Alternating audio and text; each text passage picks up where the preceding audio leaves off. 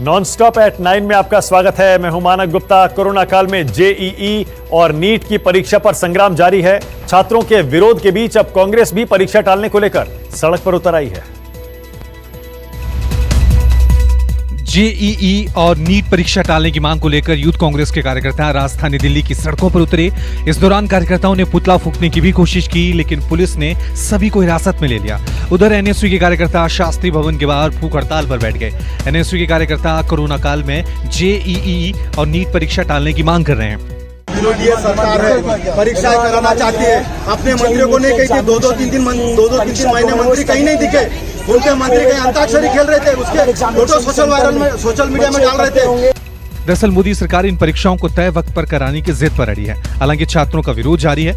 छात्रों का कहना है कि कोरोना के संक्रमण के दौर में परीक्षाओं को टाल देना चाहिए। इसके लिए छात्र अपने अपने तर्क दे रहे हैं। नीट और जेईई का एग्जाम कंडक्ट कराने के लिए एक तुगलकी फरमान एचआरडी मिनिस्ट्री ने एजुकेशन मिनिस्ट्री ने जारी कर दिया है। हमारा मुद्दा यही है कि जिस तरीके से नीट और जेईई के जो स्टूडेंट्स हैं वो लगातार अपनी आवाज़ उठाते जा रहे हैं और ये सरकार जो है गूंगी बहरी होकर बैठी है। दरअसल छात्रों की मांग है कि हालात सामान्य होने तक परीक्षाएं टाल दी जाएं। इस मामले में कुछ छात्रों ने सुप्रीम कोर्ट में अर्जी दाखिल की थी। हालांकि सुप्रीम कोर्ट ने छात्रों को राहत देने से इनकार कर दिया था। कोरोना काल में नीट और जेईई की परीक्षाओं के मुद्दे पर आज कांग्रेस अध्यक्ष सोनिया गांधी ने विपक्षी मुख्यमंत्रियों के साथ बैठक की। विपक्षी नेताओं ने कहा, महामारी के दौर में परीक्षा कराने से लाखों छात्रों की सेहत खतरे में पड़ गई है। कांग्रेस अध्यक्ष सोनिया गांधी की अगुवाई में कांग्रेस शासित राज्यों और विपक्षी मुख्यमंत्रियों की बैठक में सरकार के खिलाफ रणनीति पर विचार हुआ। बैठक में नीट और जेईई का मुद्दा भी जोर शोर से उठा। सोनिया ने कहा कि सरकार छात्रों से गलत बर्ताव कर रही है।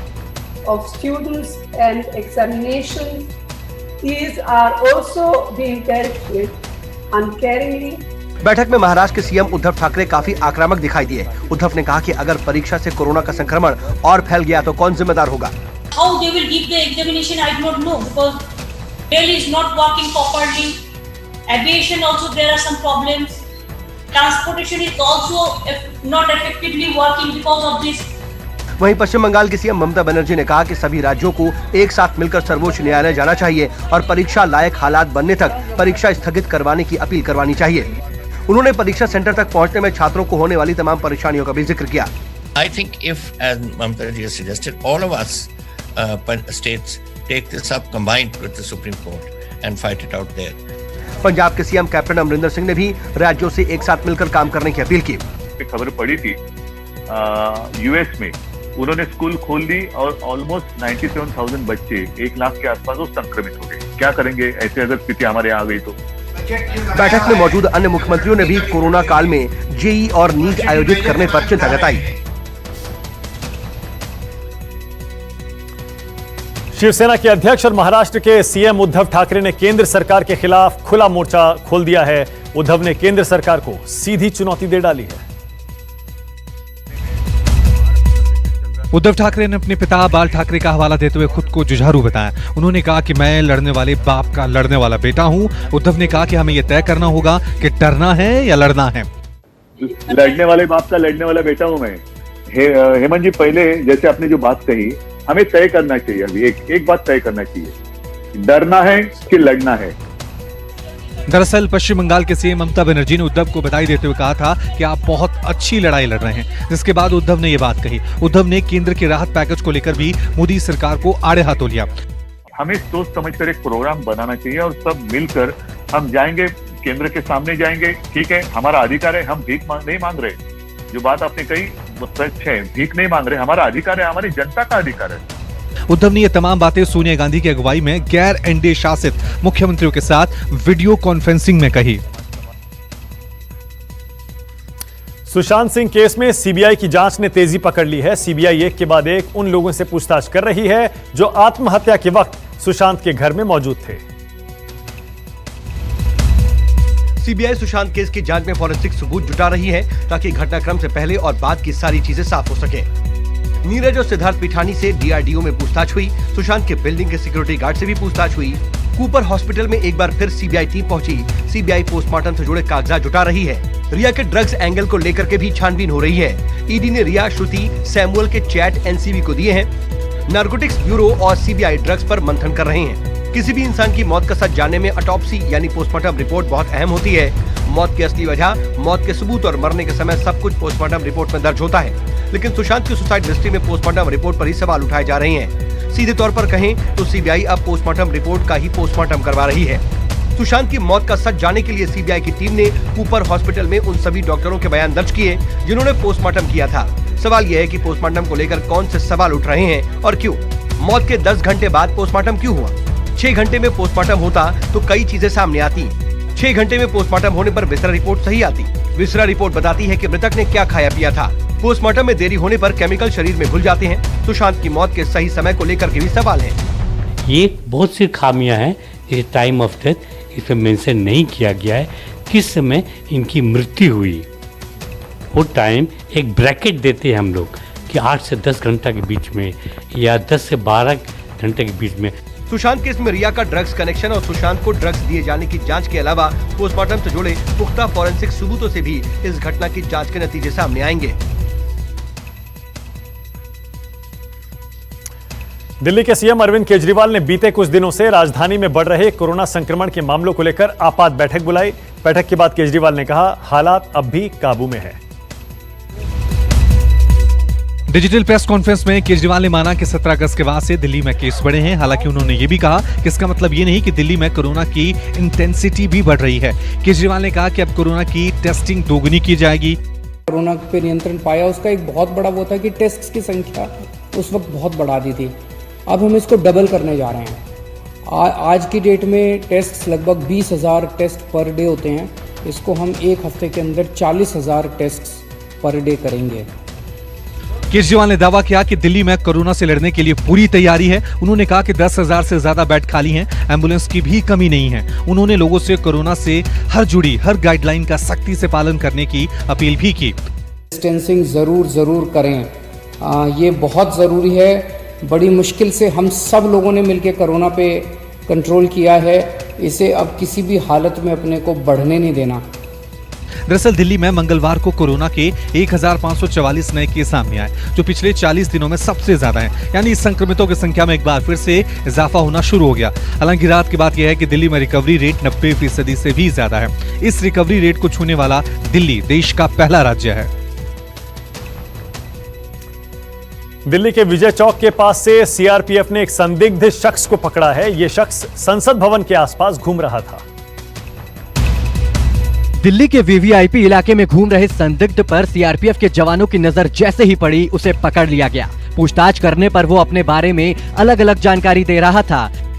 इस संदिग्ध के पास से एक पेपर भी मिला है जिसमें कोडवर्ड में कुछ लिखा हुआ है। उसके पास से आधार कार्ड और ड्राइविंग लाइसेंस भी मिला है। दोनों में उसका नाम अलग अलग है। ड्राइविंग लाइसेंस में नाम फिरदौस है, जबकि आधार कार्ड में मंजूर अहमद अहंगेर नाम लिखा है। संदिग्ध शख्स बडगाम का रहने वाला है। उसके पास से एक बैग भी मिला है। दरअसल सीआरपीएफ के जवानों की पूछताछ में ये शख्स अपनी कही हुई बात को बार बार बदल रहा था। पहले उसने बताया कि 2016 में घूमने के लिए दिल्ली आ चुका था, फिर बताया कि वो लॉकडाउन में आया था, तब से यहीं पर फंसा हुआ है। फिर कभी जामिया, फिर निजामुद्दीन, तो फिर जामा मस्जिद इलाके में रह रहा था। उसके बदलते बयान के बाद सीआरपीएफ के जवान को ये शख्स संदिग्ध लगा। इसके बाद सीआरपीएफ ने उसे दिल्ली पुलिस के हवाले कर दिया।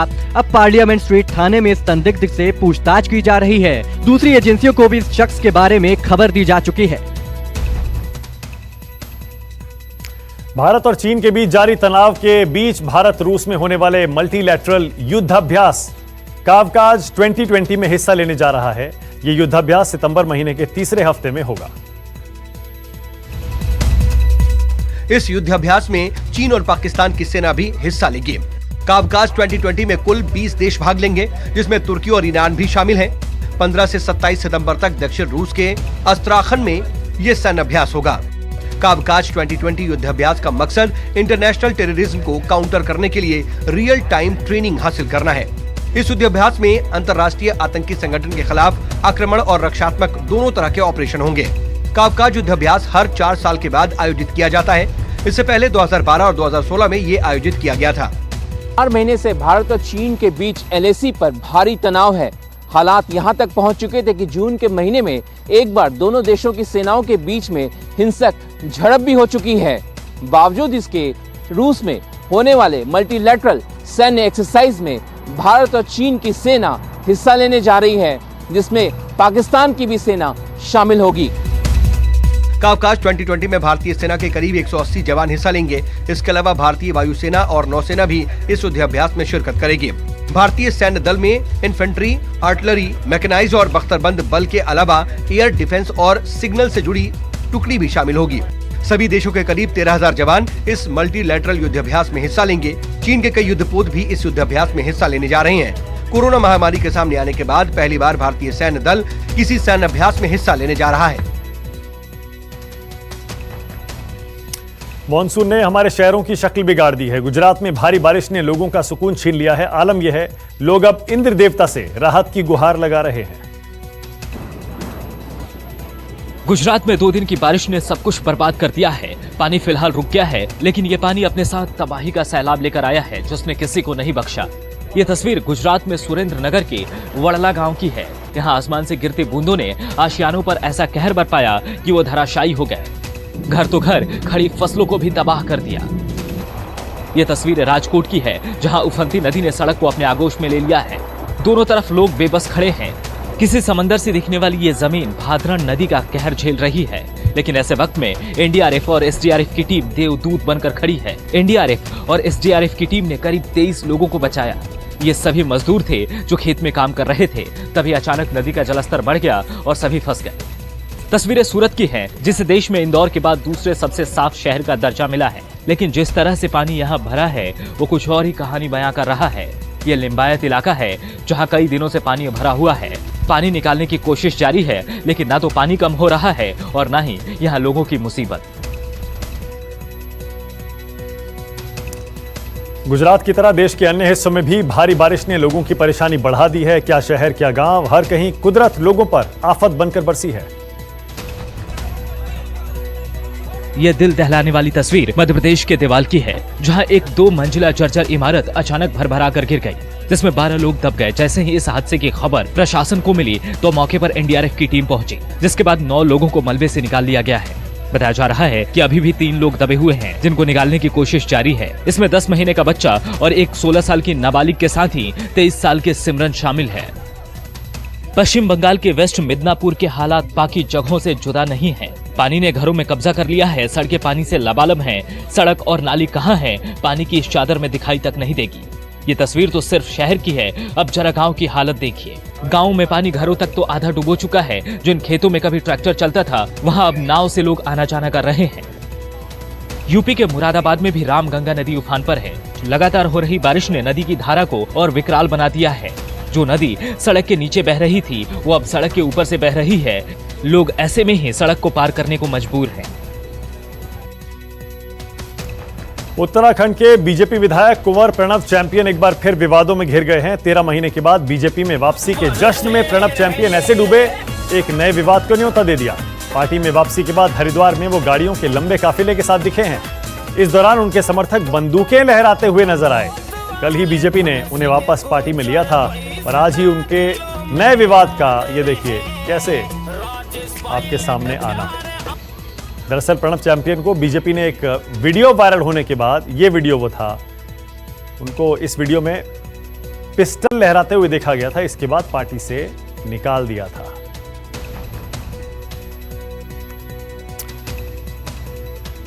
और इस वक्त की बड़ी खबर, सुशांत के घर पर मौजूद 8 हार्ड ड्राइव्स को रिया ने नष्ट किया था। सुशांत के घर पर 8 हार्ड ड्राइव थी कंप्यूटर की, जिन्हें रिया ने नष्ट किया था। 8 जून को रिया और सुशांत का झगड़ा हुआ था। यह सिद्धार्थ पिठानी ने सीबीआई को पूछताछ में बताया है। और रिया ने घर से निकलने से पहले ये हार्ड ड्राइव्स नष्ट कर दी थी। यह सिद्धार्थ पिठानी ने अब सीबीआई के सामने अपने बयान में कहा है। अब इन 8 हार्ड ड्राइव्स में क्या था, क्या इन हार्ड ड्राइव्स को नष्ट करने के बाद इनका कुछ इनमें से कुछ बचा था, इनको तोड़ने के बाद भी क्या इसके कुछ पार्ट्स वहां पर बचे हुए थे जो बरामद हुए हैं, नहीं हुए हैं, कुछ नहीं पता अभी। लेकिन सिद्धार्थ पिठानी, जो कि सुशांत के फ्लैटमेट थे, उन्होंने सीबीआई को बताया है कि रिया ने 8 हार्ड ड्राइव्स नष्ट की थी। इस बीच सुशांत सिंह के परिवार ने एक वीडियो शेयर किया है और लिखा है, हमने अपना लड़का खो दिया लेकिन लड़ने का संकल्प नहीं खोया।